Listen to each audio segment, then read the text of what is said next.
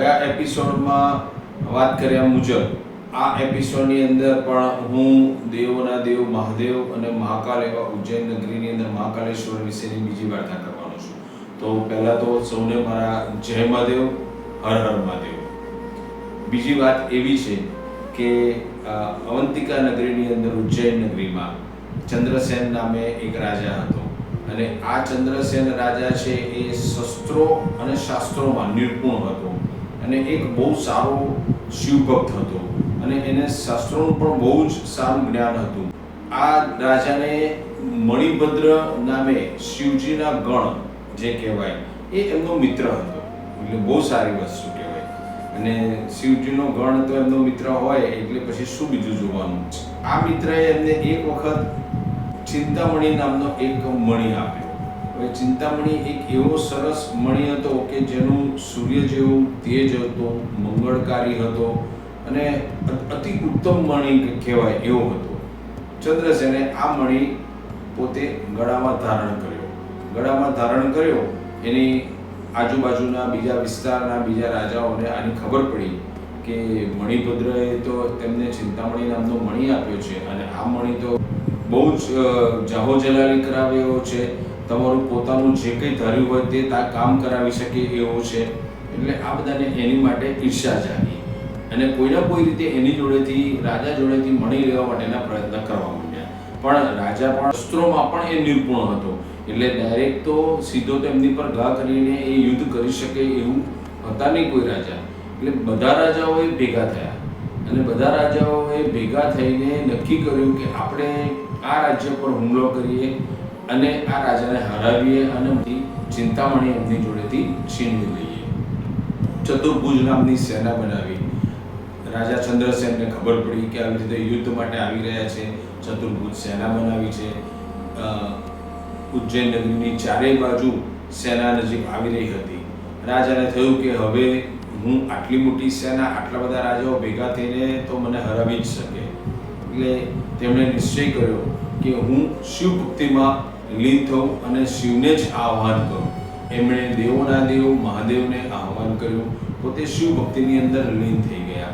તેમણે ખાવાનું પીવાનું છોડી અને શિવ ભક્તિની અંદર એકદમ લીન થઈ ગયા.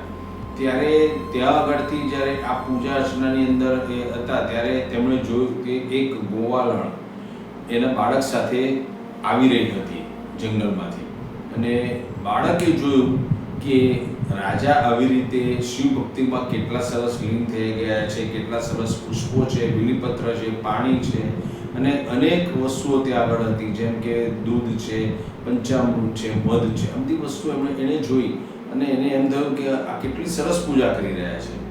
એના મગજમાં તો આ વિચાર ફર્યા જ કરતો હતો અને એ લોકો ઘરે ગયા એટલે ગોવાળણ નેસડાની અંદર ગઈ અને આના બાળકે એક નાનું પથ્થરનું શિવલિંગ બનાવી દીધું.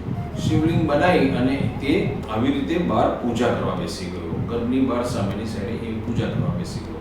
એને પૂજા અર્ચનામાં એટલો બધો લીન થઈ ગયો, શિવ ભક્તિમાં એટલો બધો લીન થઈ ગયો કે જમવાનો સમય થયો. તેની માતાએ તેને બૂમ પાડી 1 વખત, 2 વખત, 3 વખત. બાળક તો લીન થઈ ગયો હતો ભક્તિમાં અને તેને ખબર પણ ના રહી અને એ ગયો નહીં જમવા માટે. તેણે ખાવા પીવાનું બધું એણે પણ છોડી દીધું. એના માતા આવ્યા અને ત્યાંથી બધું જ વસ્તુ એમણે હટાવી દીધી. પથ્થરનું જે લિંગ બનાવ્યું હતું તે, ત્યાં આગળ પુષ્પો મૂક્યા હતા તે, પાણી મૂક્યું હતું, બધું વેરવિખેર કરીને એની માતા ગુસ્સો સખત કરીને એના નેસડામાં પાછી જતી રહી.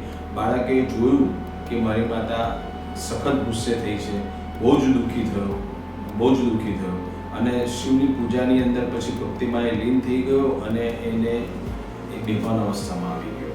બેભાન અવસ્થામાં એ પડી ગયો અને અંદર મનોમન શિવ ભક્તિ એની ચાલતી હતી. થયું એવું કે એકદમ જ ત્યાં આગળ સરસ મજાનું મંદિર થઈ ગયું, સરસ સ્વરૂપવાન શિવનું લિંગ થઈ ગયું અને એ મનમાં આવી ગયું અને એણે જોયું કે આ તો હું મંદિરની અંદર કોઈક જગ્યાએ બેઠો છું. એ ખૂબ ખુશ થઈ ગયો અને ખુશીથી એ દોડીને એની માતાને મળવા માટે નેસડામાં જતો હતો. તો એણે જોયું કે આ તો વિષ્ણુ ભગવાને સાક્ષાત મને જાણે સ્વર્ગ જેવું ઘર આપ્યું હોય એવું ઘર થઈ ગયું નેસડાના બદલે અને એનું ઘર અતિ સુંદર બની ગયું. એની માતા તો કંટાળીને જમીને સૂઈ જ ગઈ હતી એને મૂકીને, અને એણે એની માતાને ઉઠાડી કીધું કે જો આપણે ક્યાં આગળ છીએ અને જો મંદિર કેટલું સરસ થઈ ગયું છે. માતા પુત્રને લઈને બહુ જ હરખભેર ખુશ થઈ ગઈ કે તારી ભક્તિ ફળી ગઈ. ગામની બહાર જે ચતુર્ભુજ સેના હતી ત્યાં સુધી આ ખબર આવી ગઈ કે આવી રીતે એક બાળકે આવું કર્યું છે, અને રાજાને ચંદ્રસેન રાજા પોતે ત્યાં આગળ આવ્યા. એ પણ જોઈને બાળ ભક્તિ શિવની જોઈને ખૂબ ખુશ થઈ ગયા, અતિ પ્રેરિત થઈ ગયા, અને શિવનો એમણે ખૂબ ખૂબ આભાર માન્યો કે ભાઈ મારા રાજ્યની અંદર હું નહીં પણ મારા રાજ્યની વસ્તી પણ શિવ ભગવાન તમારા ભક્તિમાં આટલી લીન થઈ જાય છે. ત્યારે જ આપણા હનુમાન દાદા હાજર થયા.